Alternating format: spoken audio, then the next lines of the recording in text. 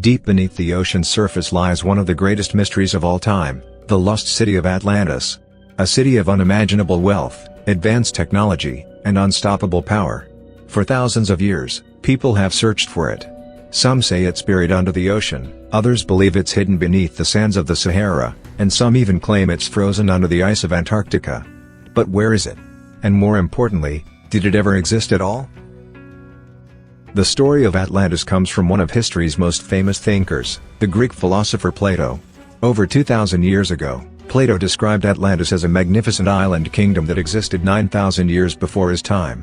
It was a utopian society filled with grand palaces, flowing canals, and dazzling temples.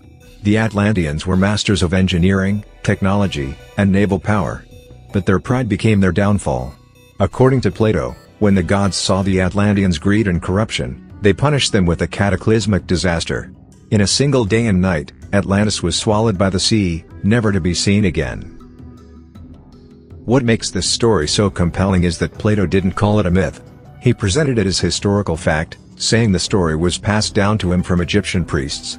This is why, even today, people are still searching for Atlantis.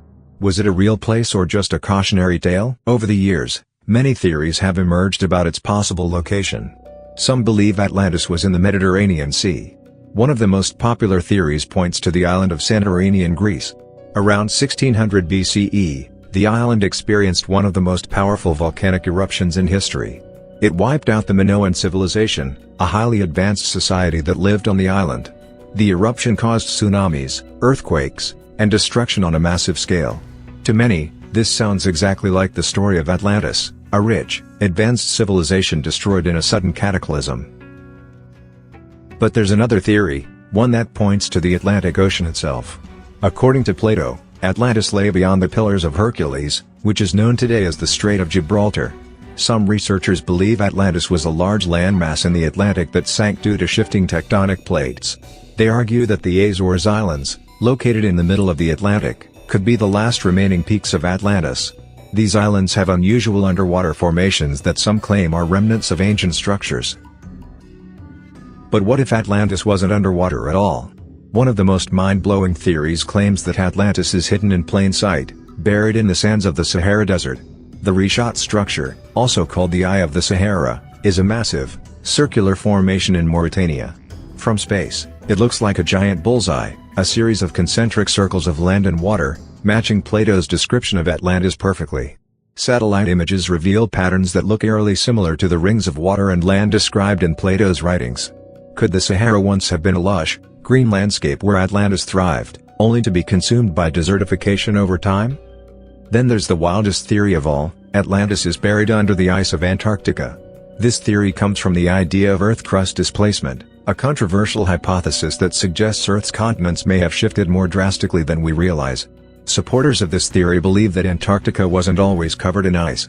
Instead, they think it was once a fertile, habitable landmass and could have been home to Atlantis before it was buried under miles of ice. If this theory is true, the lost city could be preserved, frozen in time, beneath the Antarctic ice sheets. But modern technology is finally giving us the chance to search for the truth. Sonar mapping, satellite imagery, and underwater exploration are helping researchers scan the ocean floor for hidden ruins. In 2001, marine archaeologists discovered mysterious stone structures off the coast of Cuba, submerged 700 meters below the surface. The formations appear to be man-made, featuring straight lines, large rectangular shapes, and what looks like ancient roads. Could this be Atlantis? Another strange discovery was made off the coast of Japan, the Yonaguni Monument. These underwater stone formations have sharp angles, steps, and flat platforms that look like ancient ruins. Some believe they were natural formations, while others argue they are the remains of an ancient civilization. If civilizations as old as Yonaguni and the structures found off Cuba could exist underwater, why not Atlantis? Of course, not everyone believes Atlantis was real. Many historians argue that it was a fictional story created by Plato to symbolize human greed and the consequences of arrogance. They believe Atlantis was never a real city, just a moral lesson disguised as history. After all, Plato was a philosopher, not a historian. But if that's the case, why did Plato provide such precise details? He gave exact measurements, descriptions of materials like orichalcum, and even explained the structure of the city, circular rings of land and water. For a fictional story, it certainly had a lot of specifics. And here's the twist: modern archaeology has shown that ancient civilizations may be far older than we think. We used to believe advanced societies only began about 6,000 years ago. But then, sites like Göbekli Tepe in Turkey were discovered. This megalithic site, built over 11,000 years ago, predates agriculture, the wheel, and writing. If humans could build complex stone structures that long ago, it raises the question, could Atlantis have been real? Could an advanced civilization have existed, only to be destroyed by a cataclysmic event? There's also the possibility that Atlantis isn't a single place at all. It might be a combination of different floods, volcanic eruptions, and disasters that ancient people experienced.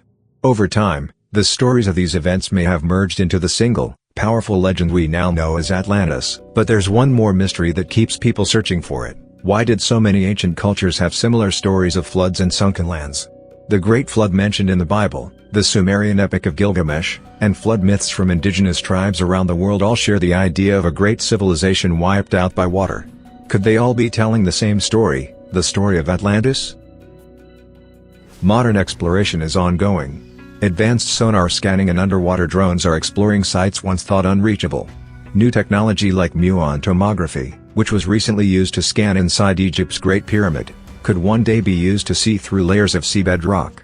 As our tools become more advanced, the possibility of finding Atlantis becomes more real. But maybe Atlantis isn't just a city. Maybe it's a symbol of human ambition, and the dangers of taking it too far. Whether it's hidden in the sands of the Sahara, buried under Antarctic ice, or lying on the ocean floor, one thing is clear: the legend of Atlantis isn't going away.